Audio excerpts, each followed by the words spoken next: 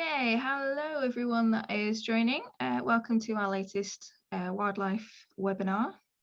We'll just give everyone a couple of minutes to join us, and then we can introduce our lovely speakers for the day.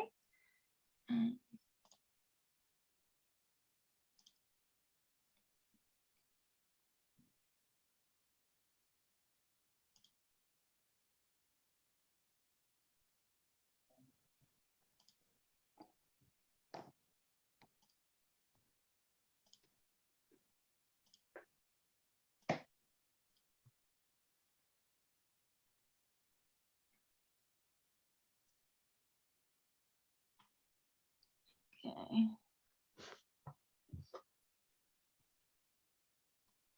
Okay, thanks for joining everybody. So I'll just make a start on the introduction, and then we can get started on the webinar itself. So welcome everyone to our latest Welfare for Wildlife webinar. On behalf of Wild Welfare and Global Animal Welfare, we're very excited to see you all today, and it should be a really interesting session. So today we are joined by Dr. Jenny Gray and Dr. Sally Sherwen, both of Zoos Victoria. And that is the conservation organisation charged with the operation of Melbourne Zoo, Healesville Sanctuary and Werribee Open Range Zoo in Australia. So Dr. Jenny Gray is the Chief Executive Officer of Zoos Victoria and has a wide range of public and private sector experience, including qualifications in civil engineering, transportation engineering, business administration and ethics. She brings a passion for animals and the environment, having facilitated the transformation of Zoos Victoria into a zoo-based conservation organisation. In 2016, Jenny completed her PhD in ethics and her thesis on an ethical defence of modern zoos. Her thesis has been published by CSIRO and is a commercially available book titled Zoo Ethics. Jenny serves on a number of governing bodies. She's the past president of the World Association of Zoos and Aquariums, is a council appointed member of the Victoria University Council, and the president and chair of Not in My Workplace, a small association committed to addressing sexual harassment in the workplace. And Dr. Sally Sherwen is the Director of Wildlife Conservation and Science at Zoos Victoria. Sally leads a dynamic team of scientists and specialists that develop and deliver strategic programs in conservation, animal welfare, education, and environmental sustainability. Sally has a PhD in animal welfare science and in previous roles has established an evidence-based research program in animal behaviour and welfare science, developed and implemented an institutional welfare assessment tool to advance welfare standards, and designed and ran collaborative training courses with several NGOs for industry professionals and community groups. So before we get started, just a reminder for our audience that at the end of the session, there should be time for questions. So if you do have any, please do drop them into the Q&A. Jenny and Sally, thank you both very much for joining us, and over to you. Thank you so much, Sarah, and it's really great to join you today. I'm going to share the screen and start pulling up our little presentation.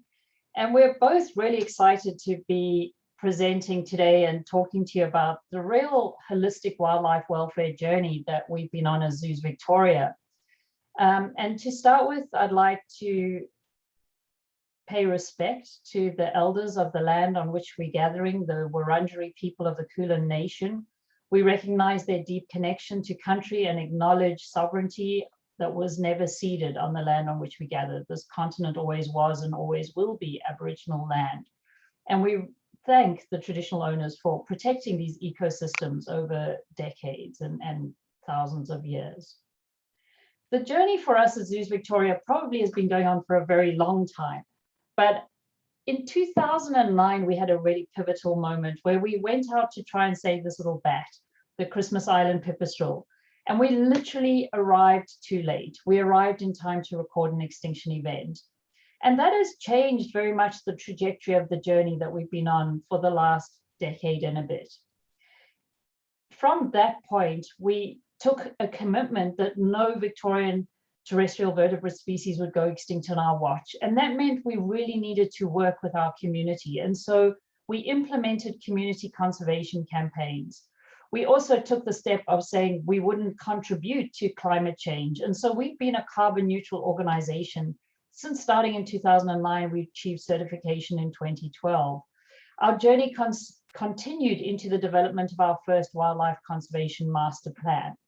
That master plan saw us really working with 21 critically endangered species, as well as working internationally on programs that directly impacted on the survival of species. We made a commitment in 2014 that the eastern barred bandicoot that was at that point listed as extinct in the wild here in Victoria, only living within captive areas, that we would fully recover that species. And that led us to revising our wildlife conservation master plan. We have increased from, unfortunately, 21 species to 27. We also decided to really go out there and share our messaging more widely. And so hence we got into a TV show called Mega Zoo. We've been out in that. And all of this was tracking really well. And then 2020 hit. And with 2020, the bushfire emergencies that hit the eastern seaboard of Australia made us pause and rethink. It made us realize that climate change not only is it real, but the impacts on both animals and humans in terms of natural well-being is absolutely incredible. And that has shaped where we're thinking about our future. And while we were busy working on bushfire recovery, we also remember the little bandicoot managed to have it relisted. And so it has been delisted, moving from extinct in the wild back to endangered. So an incredible journey, but one that's not even vaguely over yet.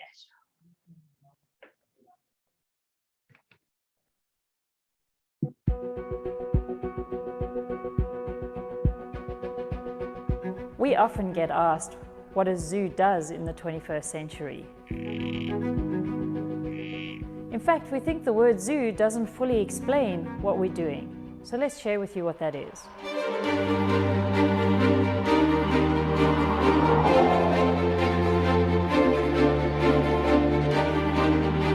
We run breeding and recovery programs for many local species on the brink of extinction.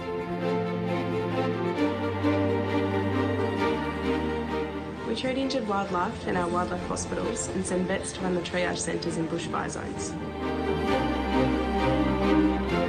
We're ready to respond to any marine animal needing our help.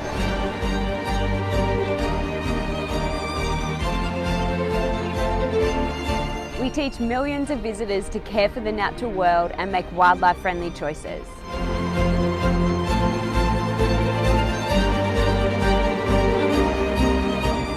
Perhaps zoo isn't the right word at all. Because we're actually a wildlife conservation organisation. And for some species, we are their last hope.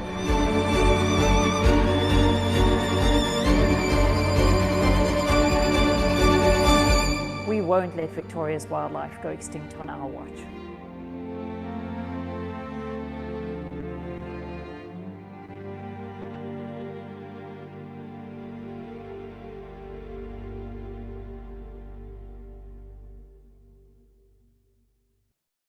So I'm hoping you got a little excited thinking about us as a conservation organization, but I'm going to take you back a step. Because while we can talk about saving animals in the wild, we actually have a huge obligation to the animals in our care. And on this, we believe at Zoos Victoria that animal welfare is not something that we should do. It's something we have to live and breathe. It's not an obligation, it's in our DNA. And that means what we do is we assess regularly and consistently the animal welfare of every single animal that lives with us at Zoos Victoria. We are proactive in our strategy of thinking always what can help them thrive and trying to show some leadership and work with others in working on things that may or may not work to the detriment of animals in our care. All our staff have a role to play in this, and we want them to be very invested in it. And we can be advocates beyond our walls. And so we've put these three big ideas together: the fighting extinction that we shared through the video, the management of animals in our care, making sure that they experience the best possible life, and emergency wildlife response based on what we learned through the bushfires. And adding to that is the need for us to be a voice for wildlife, speaking up when things are important to wildlife and wildlife survival. So all of these work together in what we call working for wildlife. And I'm going to hand over to Sally to share with you how we're doing that slightly differently now, based on what we learned from the Black Summer. Thank you, Jenny, and lovely to be here with you guys as well as part of this webinar and share some of our insights and learnings over the last couple of years. So I'm going to talk very briefly about some of what happened during and in the aftermath of the Black Summer fires here in Australia, the summer of 2019 and 2020. And it can really be categorized by this, this combination of both heartbreak and hope of what came out of it. This koala you can see pictured here is Leafy, and he's got just a fascinating story that we'll share with you throughout this. Next slide, thanks, Jenny. So when we start to talk about this period, it's important for us to just take a moment and reflect, acknowledge the human loss that that happened in the period, acknowledge the wildlife loss as well that was on an absolutely catastrophic scale, and also pay respect to those who fought and those who helped throughout this period.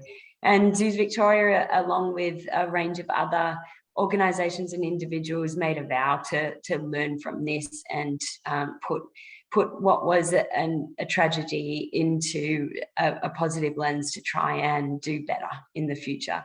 So we refer to it as a moment of change in society. It was really a moment here that we often talk about in the aftermath as the moment you could feel society here locally changing, where climate change became real.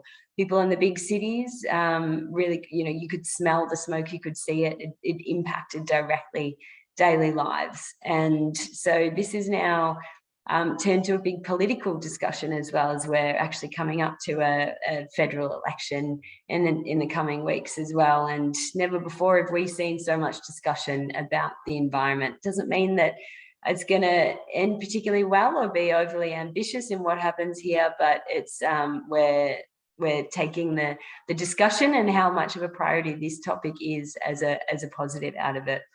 So we're going to focus on what we did as Zoos Victoria to move through this period. This was the extent of the fires. This figure shows how much of Australia was really on fire during this period over a series of months. We're just on that map here. For those of you who aren't familiar with where we are, you can see Jenny's using the mouse there in that bottom right corner. That's Victoria. That's where we're based and where our work happens. So along that east coast was particularly bad hit, and we lost a lot of wildlife, in particular hotspots down that eastern seaboard. And if we keep moving through the images, Jenny, a lot of the graphics and the images were really highlighting the human loss and tragedy, but also the wildlife toll that these fires took because of where the actual fires were burning. And koalas were certainly the poster child of what happened here, with pretty devastating images of the impact on this species. And if we just keep flicking through, there's an image of where the koalas range is along the eastern coast of Australia. So you can see here, that's where both the northern species and the southern subspecies exist. And then the next figure shows really that path of the fires and where that was particularly severely burnt along that east coast there. And so it's no wonder they were the poster child of what was happening here, because they were particularly hard hit, particularly further up north. But it had a huge impact on those populations, and it's a big focus of conservation action further up north in New South Wales. This image here shows, or this figure shows, the state of Victoria where we work, and on the right there you can see the shaded areas is what the severity of the change in biodiversity value. So all this is highlighting is that part where there was significant fires burn in the east coast, the northeast of Victoria, was also where there was significant biodiversity hotspots. And so the toll it took on the environment and a lot of biodiversity values here was significant. So this really was our time to put into practice all of the skills that we as an organisation that works for wildlife have. So we focused our response in three main areas. according to our expertise. As a zoo-based conservation organisation, we went, right, what can we do? What can we rally together to support the community and the environment through this? And so these three areas were wildlife health and welfare. So having our vets on the front lines, supporting the triage units, and in the recovery and rehab efforts afterwards. Threatened species recovery. So we do a lot of hands-on interventions in threatened species work for the state. So in partnership with a heap of other organisations as well. So putting our skills to the test in these really highly impacted species and establishing new conservation breeding programs. And then also focusing in on the community and what we could do with our social science skills and the platform we have through visitors that come through our gates every day. So how do we rally that community support and get people behind the plight of this recovery phase that we're in? Next slide, thanks, Jenny. So just a few images, and Jenny, I think it's fine to just flick through this. This is these are just a few images of what it looked like on the ground. So with the vets working to support, these are koalas being evacuated from Malakuta, one of the hardest hit locations, and our vets there and vet nurses and volunteers to help airlift them out in partnership with the Air Force, which was a great partnership, and setting up mobile triage zones and sites so that the koalas got the best care that they could. What we did then with these koalas is supported them through intensive care and recovery, and used it as a learning opportunity to set up research programs to understand their recovery through this period and how their wounds healed, and also what it meant for the under the surface type issues as well.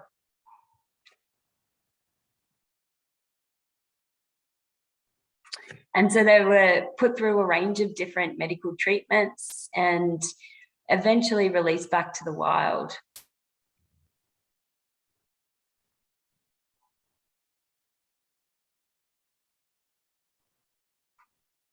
So here's some images of them going back, and then we followed them radio tracking to see how they were recovering and their welfare post-release, to learn what we could about the different effectiveness of different treatments and time in rehabilitation and what that would mean for their survival.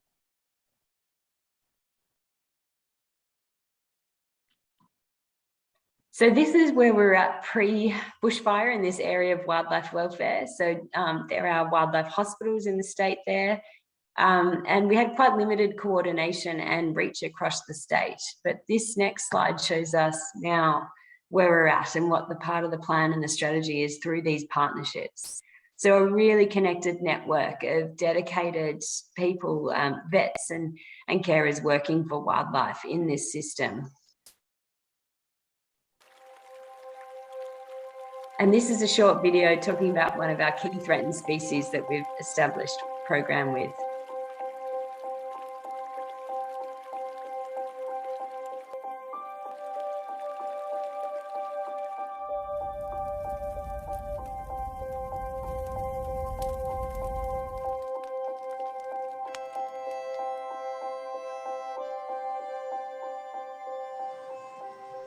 For the spotted tree frog, it wasn't only the fire that's burnt the bush leading into the streams, but then the post-fire rain that followed and the flooding washes the ash and the sediment and silt down into the rivers, which chokes them out, and it also prevents decent breeding from happening because the tadpoles and eggs aren't able to survive in those sort of conditions.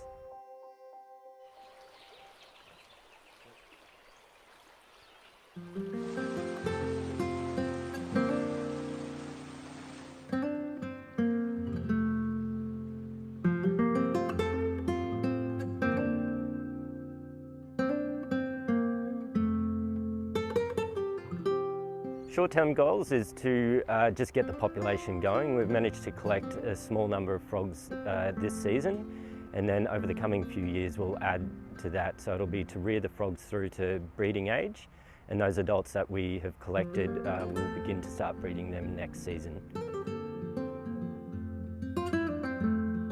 It's incredible to have these animals come in to start as new founders. That will establish a conservation breeding program Importantly, with this project now though, we've had the support and partnership with the Victorian angling community as well, so they've been on board to help us along this journey and also help us find safe havens that we'll hopefully be able to release these frogs back into.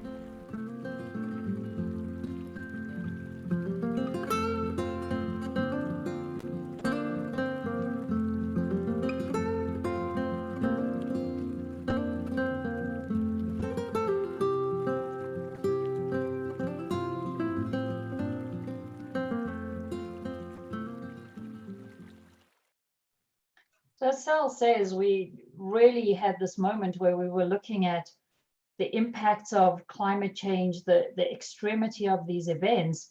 And when we look at what's happening with our endangered species, and I'm sure I don't need to tell all of you this, they're really in a lot of trouble. But the one thing that links all of the threats is us, it's humans, and it's our extreme human population growth that's really worrying us. And so we've been working with people, and I wanted to share a little story with you. This is Danny. She's 6. She said she was 7 because she's still young enough to lie about her age, but lie up where the rest of us lie down. And she was deeply, deeply shy, a really anxious child. And she had a wonderful mother who taught her that she could stop being a warrior, being worried about everything, and become a wildlife warrior. And about the time of the bushfires, Danny worked out, she said, if I can help those who are smaller and more scared than I am. And so this adorable little girl stood up at the school assembly. She started collecting money. She went to see CEOs of large organizations and asked them to help her. And she dedicated her efforts to helping to save the little mountain pygmy possums that live up above the snow line and were really impacted through the burns in Mount Kosciuszko. This little girl on her own raised $1,500 to help endangered species. And if it was just about Danny, well, we'd be kind of worried about that, but it's not. We were inundated by people who wanted to help. And that was from little children bringing in their pocket money to pensioners bringing in their pensions. They all wanted to donate money. And some of them wanted to do more than donate money. They wanted to work for wildlife. The first kid here baked cookies and sold them at his local store. These 2 boys did a car wash in their neighborhood and charged the neighbors to wash their cars and brought the money in to donate. And these wonderful ladies held a sausage sizzle at their old age home and brought the money into Healesville Sanctuary. What all of these people wanted to do was wanted to be involved. And I think when we see wildlife in trouble, it's a strange person who doesn't want to be able to contribute and help. In all, over 30,000 people reached out to help us, and people came to help us from around the world. The vet that you see there is not our vet, even though he's wearing a Zoos Victoria top. He's from Taronga Zoo and came down and worked with our vets to help the koalas in trouble. Our staff were invited to the Australian Open, where they interacted with international tennis stars and visitors, sharing the stories of hope and collecting donations. And our colleagues from the Prague Zoo raised an enormous amount of money, which they have dedicated towards helping the species impacted through the bushfires. We literally saw people around the world stepping up and wanting to be involved. And we've carried on with that because we realize that people really definitely want to help wildlife.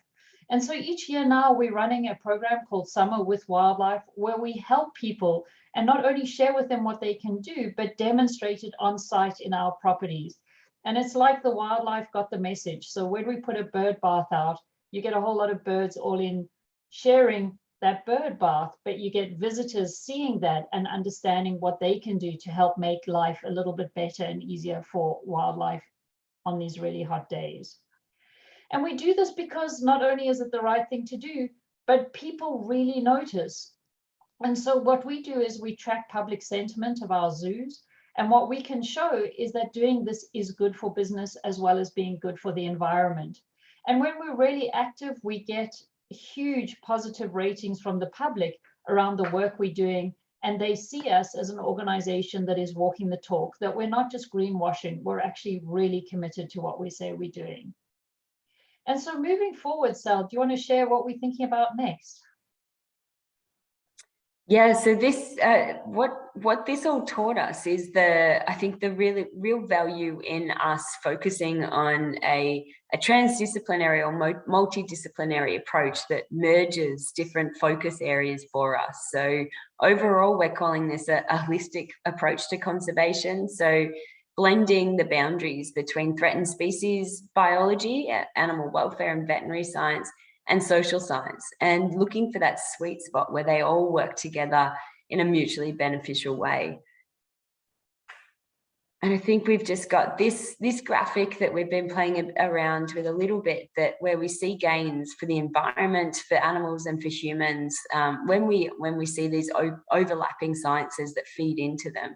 And so we're doing a bit of work at the moment internally here to try and unpack what that can look like and how that can inform our systems and processes in how we redefine what we do in conservation and animal welfare. And it's early days for us. We're testing a few different models and different processes, but we're convinced it's going to lead to some really exciting things in changes in how we do things and how we learn from here. And we've integrated this into our strategy and what we're focusing on into 2030. So over the next decade, Jenny talked before about the past decade from 2009 and that transformation to a conservation organisation that really focuses on what's in our own backyard.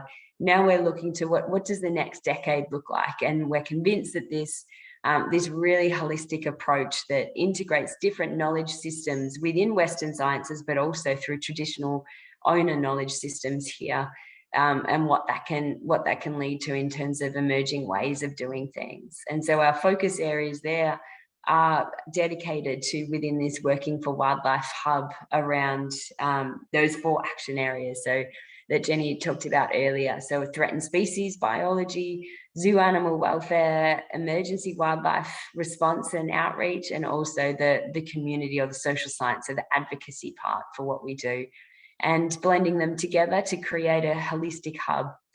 So what we're really excited about is redefining what role zoos can play in this movement here locally in Victoria, but also in more broadly in Australia and globally. We're convinced there could be similar opportunities for other zoos worldwide to take on this mission and this path. But we're really committed to big programs around sharing these stories with our visitors around ethical consumerism and ethical wildlife tourism, and what the role zoos can play in particular in talking about what is an appropriate and respectful relationship with wildlife and how to behave in wildlife friendly ways. So we're launching a few big programs coming up in the next few months that you'll hopefully start to see around the traps in this space around ethical wildlife tourism and this wildlife friendly coffee.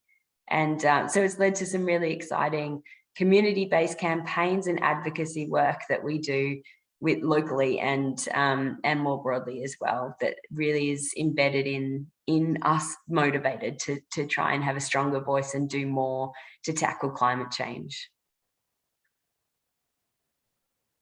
And this is all really stemmed from some values that we as an organisation put into practice about 2 years ago, just before the bushfires.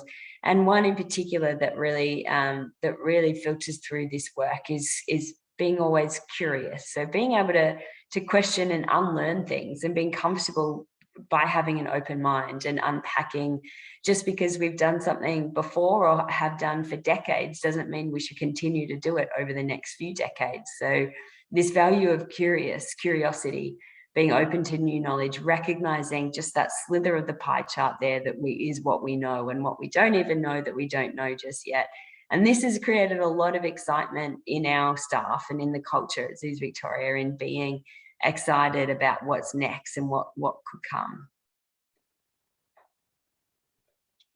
And just briefly on the psychology behind a lot of this, it's pretty challenging, a lot of the images and the work, but what we try and do and what we see our role as in supporting the community through this is through this message of hope. So yes, you can see devastating images of wildlife impacted, but when we talk about what we can do and how we can support each other and wildlife through this, it makes a really positive framing for us.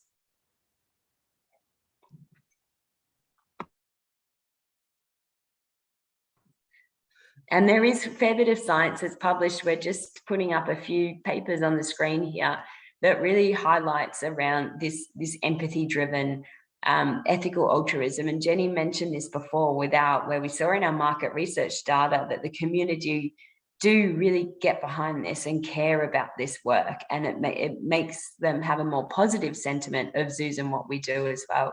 And this is all triggered by this concept of empathy. So humans is very social species, having this as a really deep emotion that can be triggered when we talk about wildlife and hope, and give people that lens of there is things that we can do to support wildlife and each other through these times. And that leads me to ending with another final story. This little boy, the one in the middle, his name's Isaac. He visited a zoo and learned about how few tigers were left. And in the car on the way home, his parents realized he got very quiet, and they said, "What's going on?" And this little boy said, "It's not right. We should do something." No, he's 6 and he knows that. And when they got back home, they came out to Werribee Open Range Zoo. He spent some time with a couple of our scientists, and he's decided that he won't have birthday presents, that he'll ask people to give him money that he can donate to saving animals. And he did it for his 5th birthday, his 6th birthday, his 7th birthday. He's now about 9 or 10, and he's an absolute crusader for wildlife. He is not shy to tell politicians that they should be doing something. And that's really not only good for the wildlife, it's good for us as humans. We need to do something. And so we need to help people in being able to do that something. Because after all, we only have one planet. We have this beautiful chunk of rock that we share with so many incredible creatures. And actually, it's up to us to think holistically about wildlife, to think about wildlife that's doing well and wildlife that's not doing well, whether that's in our care, whether that's in the wild, or whether that's just something out there in our garden. We need to help wildlife all the time, and we believe we can if we're committed to doing that. And so I'm going to stop sharing there and maybe bring back Sarah and open up for a couple of questions and discussions. Well, thank you very much, both of you. That was a very inspiring talk. Yeah, thank you very much, Jenny and Sally. That was well, I think that will resonate with a lot of people. I think it's wonderful just hearing particularly about the holistic approach, but also thinking about the people side of things, the wildlife warriors, and some inspiring characters. And I think just tapping into that human desire to want to help in times of crisis. And I think also, for those of us on this side of the world, we obviously saw in the media all the stories about the fires, but I think it just brings it home a bit more hearing from you guys firsthand just how confronting that was. And I think if I have to share, one of the great things that came out of it is our colleagues in Argentina this year had equally devastating bushfires. And unfortunately, a lot of people didn't hear about that. But they contacted us and said, "What should we do?" And we went, "Well, here's our plans. Here's what we did." And they literally picked that up as if it had been a manual, and they rolled it out. And they did very much the same things we did. And suddenly realized as well, just the capacity we have within zoos that when we're called on. And so again, whenever there's this kind of crisis, look to your local zoo and ask them what they're going to do, because they need to be getting involved as well. Mm-hmm. Yeah, fabulous. And I mean, one of the questions that came up was thinking about the role of zoos, moving forward into the future. And you guys have obviously talked about how you see Zoos Victoria in the coming years, and hopefully that could be something for other zoos. But how do you see the role of zoos internationally in the future? You've obviously talked a lot about native species and the impact of climate change, but there are still zoos out there that have that focus on the traditional species and bringing people through the gates. And maybe place lip service to all of those issues, but how do you see it? I've seen a lot of zoos move quite dramatically over the last decade, and you know, where we're going to make the biggest impact is not on some of those big charismatics. There you need space, you need national parks, you need governments involved. But actually we're losing just as quickly, we're losing insects and songbirds and just abundance of birds in our gardens. And so I'm always a little frustrated when people go, oh, it's easy for you, you've got lots of cool animals that are in trouble. Actually, you've all got lots of cool animals that are in trouble, and we're just not thinking about it right. And in fact, we won't save birds if we don't save insects, and we won't save insects if we don't save plants. And if we're all going to plant the same homogeneous collection of plants in our gardens, and they're all hybrid, infertile stuff, so that's a whole rant. But actually, we're encouraging others to do more and more. And what we're able to show is that it does not distract from the mission of people coming through the gates. The more good work we do, the more people visit us. We have just tipped over 300,000 annual members. That's a lot of people paying a lot of money to support us. And many of them kept their memberships up to date and paid, even though we were closed during COVID. One of the things that kept us afloat was the people who believe in our mission. So I don't think it's either or. I think it's an and. You need to look after your big animals and look after them well, but we need to look after the little stuff that doesn't display well. A lot of the animals we work with are very hard to see. They're cryptic, they work, you know, they're creeping around at night. But I might head over, I see Rebecca had a question, Sal, in the Q&A that might be really good for you. She's asking, how did we look at the welfare assessment used for koalas, key indicators, and how we use those indicators post-release? Yeah, good question. And we've got this as a publication coming out soon. So I can make sure that Sarah and Nick and others can have access to the full report and information. But in summary, it was highly dependent on the time in care. And so obviously the shorter the time, the better for animals post-release survival. Also the time it took for them, so the immediate aftermath, if they were rescued very quickly after the event and got medical care quickly, then their recovery was faster and they tended to do better when released into the wild. The key indicators we looked at were a range of health metrics around speed of recovery, severity of injuries, body condition scores. We also did a bunch of fecal sampling for stress hormones, and they're still under analysis, so we don't have the results to talk about for that part of what we did. But looking at the analysis there, we also did behavioural observations at different points in the koala's recovery. So they moved through stages from immediate rescue to intensive care and triage units to transfer to a wildlife hospital at Zoos Victoria. And then they moved to a rehab centre, either with carers or shelters or with some partners at Phillip Island Nature Parks, where they have these big, beautiful pre-release fitness pens where the koalas could climb, get a sea breeze in their face again. And it's amazing how just how important features like that are for recovery of these incredible animals as well, getting them climbing strength again. The things with koalas that we were able to, because of time and care was quite extended, we're able to find how severe some of their burn injuries. You think you're fixing just the burns are quite bad on their foot pads, but what happened was the heat that they were exposed to was so deep that it resulted in some bone injury internally as well at their nail beds. And so they over a few months ended up losing a lot of nails, and that can be a bit of a death sentence for koalas who need to climb trees and access food. So it was really important that we were able to document that and monitor these animals so intensively as individuals throughout this period, and learn from it, and then put that into practice. So what we're doing at the moment is writing a lot of those learnings, working with other wildlife agencies in the state, writing them into the response plan for what to do with koalas impacted by bushfires. So the more research, I know this is one issue that koalas face, one species here.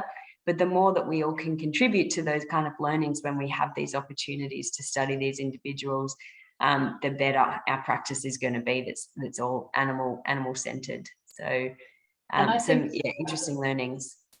So one of the other things we learned is there's always a rush to get animals back in the wild after an extreme event like this, but it's often very difficult because the environment recovers very slowly.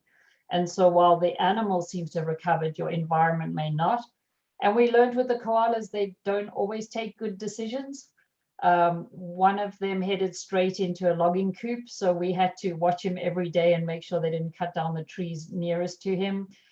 One headed straight into a burn area where there was no viable food. So they, of course, don't know that the rest of the environment is destroyed. And so that, I think, in all future events has put a lot greater burden on us and a lot of greater confidence to argue back with authorities who are going, release them quickly and release them there.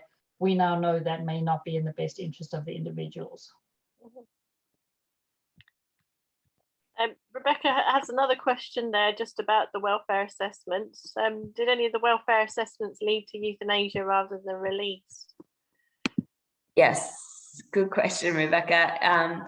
It was, yes, very, very high euthanasia rate for a lot of these animals. It's an incredibly traumatic and serious event that they went through. So we actually, again, we've just published a similar paper outlining. We actually applied the 5 domains model to this situation and characterized the different welfare issues that can arise from such an event. And again, I can circulate that publication to you guys. But we looked at the survival rate through the different stages of rescue, rehab, release. And at every point, you need to have a filter that you check through whether euthanasia and be comfortable that sometimes that is even if you put 10 months into an animal in rehab, sometimes that is the best decision for that animal. Obviously, the sooner the better, but I think it was ultimately less than 10% would make it through to release. So a very high euthanasia rate, but when you think of it from a purely welfare-based perspective, that's actually a positive welfare outcome compared to the more prolonged suffering that you would expect for some of those individuals if they weren't, if the suffering wasn't put to an end sooner. So euthanasia is a key part of this piece of work. And I think it's worth sharing that this is not like your normal world. This is a really intense. We put staff right into the middle of a live fire zone. The animals that are being brought out are often in very poor condition and needing a lot of help. And our staff were incredible, but it was really taxing on them and their own psyche and well-being. We're not trained for that. We kind of skip happily through the world trying to save everything that we go along with. And that's just not the world we found ourselves in. And so while I'm saying that I think others should take this on, we should take it on with really wide open eyes, that it's difficult and that you do spend a lot more time euthanizing animals than you spend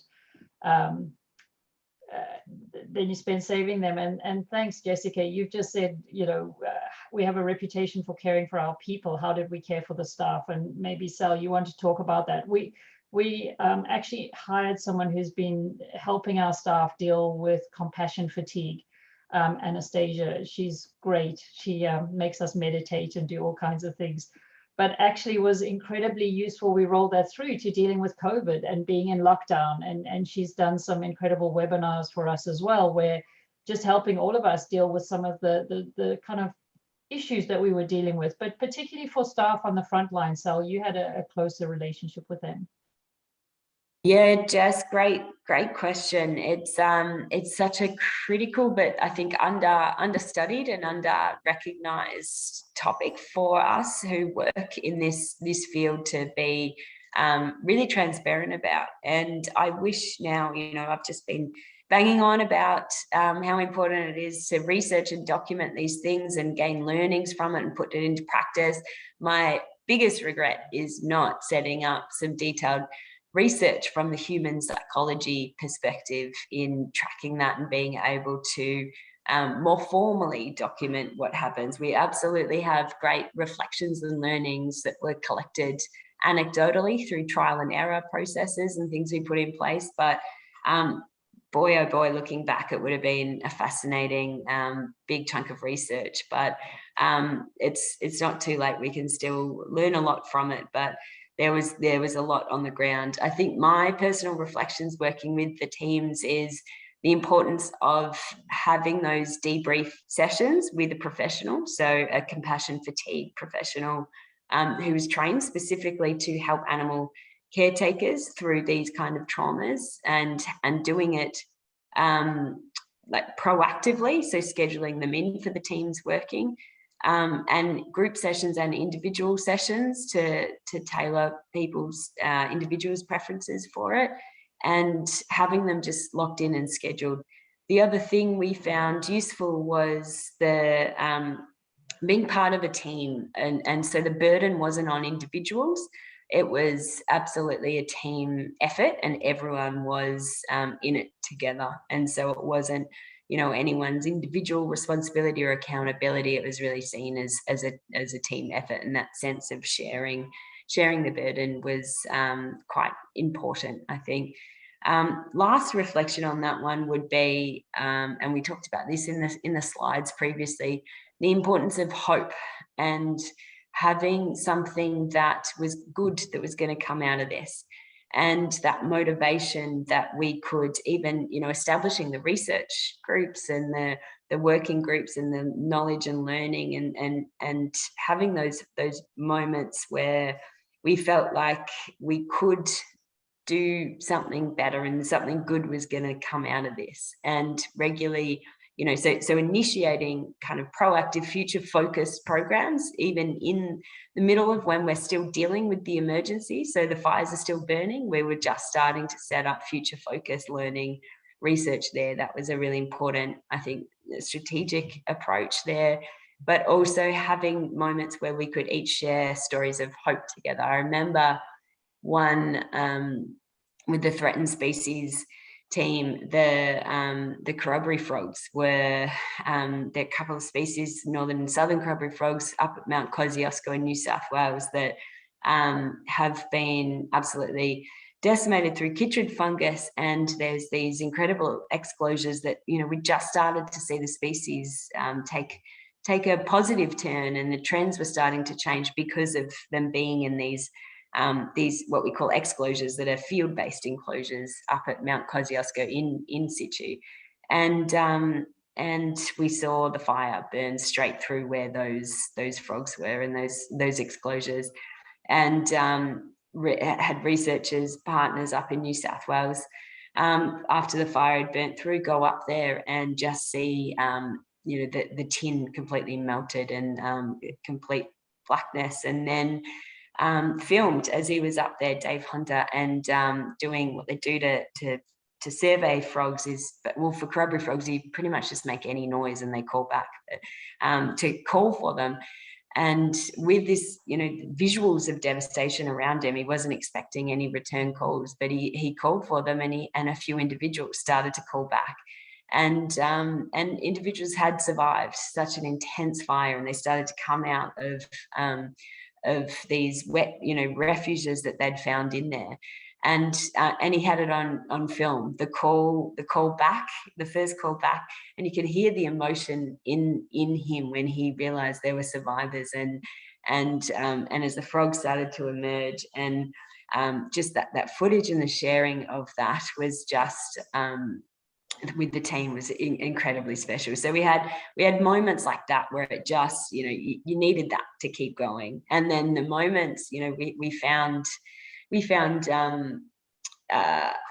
came across a puddle of tadpoles of a species we thought potentially had gone extinct, so the giant burrowing frog. And these researchers came across one by accident, this puddle of tadpoles, and managed to collect them, and now they're safe and secure in a specially designed frog bunker back at Melbourne Zoo, which is going to be the future of that species. And stories of survival from wildlife, from animals, from people, and the hope for the future. So having that lens of hope and of our ability to take action to do more, and alongside the structured psychological support for the team, and the team efforts was. That was a long-winded version of that, but yeah, their learnings, and wish we'd documented it more formally, but we will continue to investigate that as a research area as well. And I'm going to add a little bit. The outpouring of love from the community made a huge difference. They drew pictures, they sent cards. The vets would get this "Dear vet, thank you for being a nice person" letter. And you don't know how much that means until you open one, or a check that has $250,000 check in it. That's always better as well. But just the sense we weren't alone, the messages of support from around the world, and we will always do that now when we see someone struggling through an emergency somewhere else, because of how much it meant to us when people just reached out and said, "Hey, we know you're doing it tough, but we're thinking about you." And that sounds so trivial, but it's not when you're in that moment. It really made a difference. What it's also enabled us to do, and Sally talks of hope, is that picture she put up where we went, okay, we had an emergency and we didn't have what we needed to fight it properly. Now, the next time we will. And that's been an incredible coming together with people like the RSPCA, Animals Australia, WWF, everyone saying, how do we build better wildlife hospitals that don't just service the zoo, they service the wider wildlife world? How do we have the right equipment? How do we train enough dog and cat vets that when we need help with koalas, they're able to help? And so our vision is really to be in the middle, but not alone. And so that when we need to call on vets, we can help them, equip them. There were some incredible GP vets that literally came in for 2 days training and then were deployed next to one of our vets, because we couldn't do it on our own. The kind of amount of work we were trying to do, we just needed help from everywhere. And so we will be stronger next time. We will be ready next time. Sorry, Sal, there's some really technical questions for you in the Q&A. So I'm going to hand back to you to handle the technical ones around whether animals stayed on, and as well as factors that lead you to decide on euthanasia. Yeah, really good question about non-releasable, but potentially could still live a good life in a zoo facility or a captive facility. This was a really interesting point of discussion. There were a few koalas that were in this category. So those ones I mentioned before, those injuries where the nail, so the heat from the toe pads being burnt and that thermal exposure really impacted the bone, and nails weren't ever going to grow back. But if that individual can live in a zoo where there's plenty of food provided, and the need to climb huge eucalypts is less survival critical, then potentially could live a good life. So we went through this process of going, well, what do we deem, like what individuals would we say are suitable? Because the vets and the carers and the researchers working directly with these individuals were anecdotally saying, oh, this animal is quite comfortable in care, this animal needs to be released straight away. And so they were picking up on these nuances, and we didn't actually have any formal tool to help inform that decision making. So we tried to get some behavioural obs done on those individuals to have something to inform that kind of assessment, and some demeanour and nature based through QBA, so qualitative behavioural assessment methodology, to try and learn better what we can do. So do better with those more science-based decision making around that. And we do have one. Oh, sorry, I've got dog bark in the background. We do have one koala, Roger, that is still actually two, but Vicky's come back in once and might go back for release again. She came in with a non-bushfire related injury. And so we do have a couple of koalas in that situation. And I will say it's also not just a one point of decision making there, but we often review again in 3 months. We say, right, we think this animal might be able to live a good life with us still. But let's assess again, let's give it a go for 3 months and put in place some really clear metrics and indices around behaviour and welfare, and then reassess in 3 months and then again in 12 months and be comfortable making that decision with as much evidence as we have. But yeah, really important discussion. It's fair to say that we tried to get them out. So all of them did get re-released. Some of them didn't make it back in the wild. And so what made them more appropriate for care with us was, you put them out and 3 months later, they're in a terrible condition and making fairly bad choices. Yeah, and sorry, just the other one from Bruce, I can see there. Any welfare factors that usually lead to euthanasia that were not initially considered?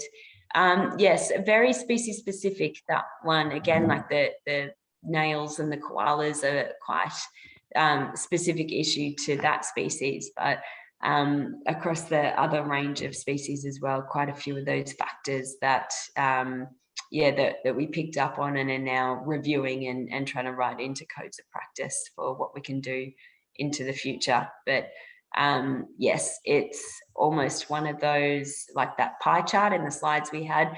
What we know is that slither of the pie, and after going through that experience and starting to document that little slither of the pie, we've now got a whole other chunk of the pie that we didn't even know that we didn't know. So the more of this work that we do, and I should say that's been a key action out the back of this, to invest strategically more in this science-based wildlife rehabilitation field. So we've got a new specialist role in the team as a new discipline of science called wildlife health and welfare specialist to do just this, to establish more of an evidence base behind our decision making in this wildlife care and rehab work.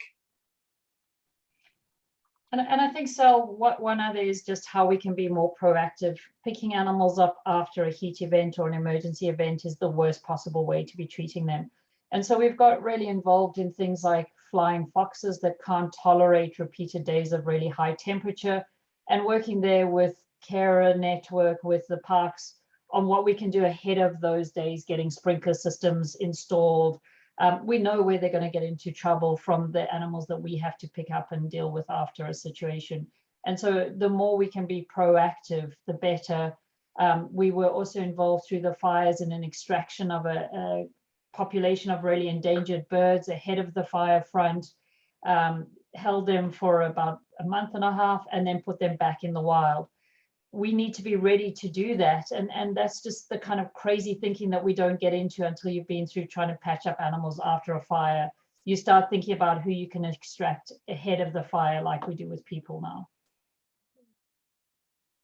All right, we could do this for hours and hours, guys, but gotta hand back to you two. Thank you so much, Jenny and Sally. Honestly, it's been really quite inspiring, and I think it will resonate with a lot of people, just thinking about all the things you've learned as a product of the awful situation you found yourselves in, but just how others can learn from that. And sadly, the reality is that more and more people will be facing similar events, and how we tackle it is so important. And also just talking about how important the research is, and making decisions that are evidence-based as well is so valuable. But yeah, we are out of time. I want to talk to you both for the next 3 hours actually, but but we're really grateful to you both from Wild Welfare and Global Animal Welfare for sharing your time and your information with us. And I'm sure there'll be more questions when people watch the recording as well. We could talk for another 3 hours too, Nick, but we better call it there. But yeah, it's been great fun, and always happy to talk about this stuff. So yeah, feel free to reach out if there's any further questions. Well, thank you very much again, guys. It's been very inspiring, as Nick has said, and I'm sure that everyone who's attended or will go on to watch the recordings definitely come away with lots to think about. Thanks so much, guys. Bye-bye. Thank you, everyone. Have a good evening there. Thanks so much. Thank you.